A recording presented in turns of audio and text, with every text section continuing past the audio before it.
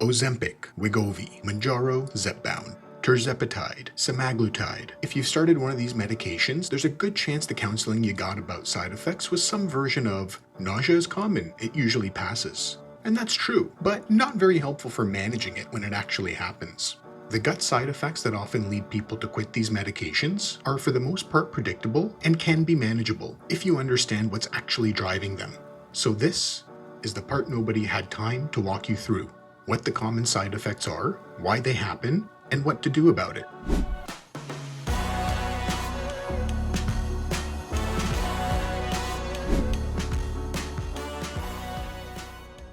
Before we go through the specific symptoms, one idea ties the whole video together because it explains nearly every side effect on the list.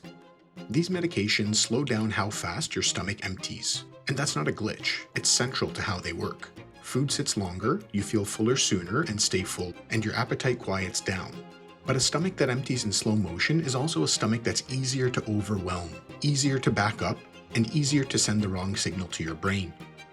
Most of what you're about to hear traces back to that one change. So it's not necessarily that the drug is doing something wrong, it's that the drug turned the dial down on your digestion, and now you're learning to eat for the pace your gut is actually running at. Let's start with the most common, nausea. There are two things happening here.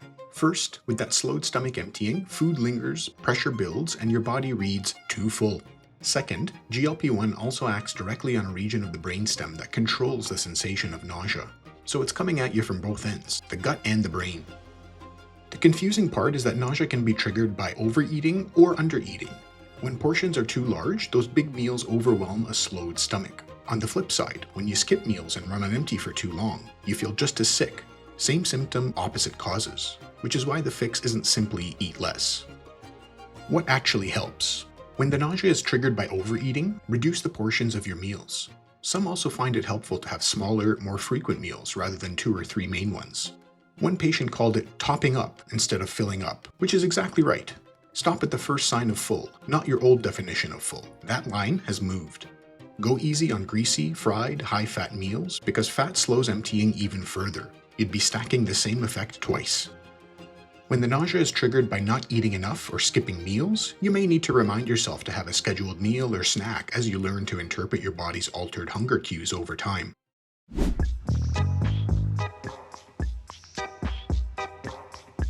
Number 2, constipation. No need to be shy about it. Haven't you heard? Everyone poops. Same root cause further down the line. If the drug slows the top of your digestive tract, it slows the bottom too. Everything moves through more slowly, more water gets pulled out along the way, and things get sluggish. On top of that, you're eating less and often drinking less, so there's simply less moving through your system too. Now, you don't want to find yourself regularly squeezing, straining, or forcing a bowel movement. That's not good for you. And the fixes may sound obvious, but plenty of water and fiber are crucial. We often overestimate how much fiber we're actually getting in our diets.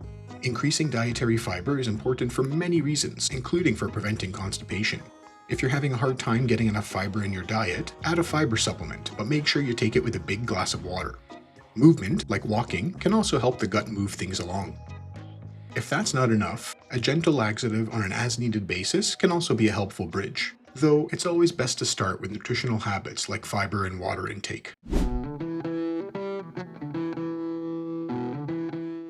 Third, acid reflux or heartburn. That burning behind the breastbone, the sour taste, worse when you lie down, and you can probably guess the mechanism by now. A stomach that's slow to empty stays fuller for longer, and a fuller stomach means more pressure pushing contents back up toward the valve at the top. Add a late, large, or fatty meal, then lie down, and you've created the perfect scenario for acid reflux. Addressing this involves focusing on food choices and timing of meals. Certain foods are known to trigger reflux. Things like fatty, fried, greasy foods, spicy foods, acidic foods, caffeine or alcohol, so trying to keep those to a minimum can help. Keep meals smaller as well. Large portions are more likely to trigger acid reflux. And don't eat right before bed. Give your slow stomach a few hours before you lie flat. Raising the head of your bed a little bit can help overnight if necessary. If these strategies don't help, medications can. For occasional reflux, an over-the-counter antacid can be helpful. But if it's frequent, as in happening most days of the week, or severe despite trying all of the above, it's important to mention it to your doctor. Sometimes a temporary prescription-strength antacid medication can be necessary as your body adjusts to the changes. A few more worth naming quickly. Vomiting is essentially nausea that got out of hand, usually the same triggers, but turned up. The same rules prevent most of it: smaller, lower-fat meals, especially in the first days after any dose change. While constipation tends to be more common, diarrhea can occur for some, and usually settles as your body adjusts, and it's important to stay well hydrated here. Notice the thread running through all of it. Almost everything is worse when you first start or right after a dose increase, and tends to ease as your body adapts. It's exactly why the dose should be increased slowly and deliberately, rather than rapidly and blindly. If you ramp up the dosing too quickly, it's very easy for these side effects to get out of control, which brings us to the most important practical point.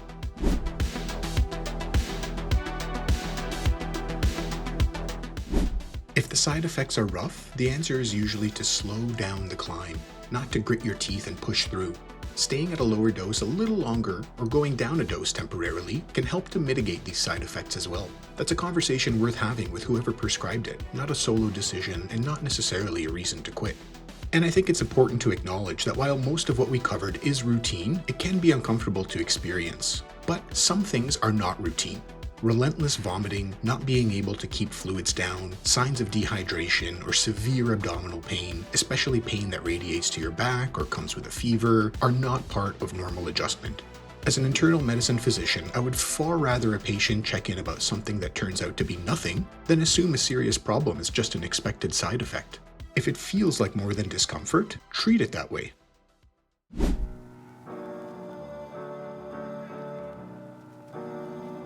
So here's the main takeaway. Most of the gut side effects of these medications aren't a sign that something's broken. They are the predictable behavior of a digestive system that's been dialed down on purpose, which means most of them are managed by how, when, and how much you eat. If this made your own experience make more sense, consider subscribing today. I break down the science behind your health regularly, without the hype.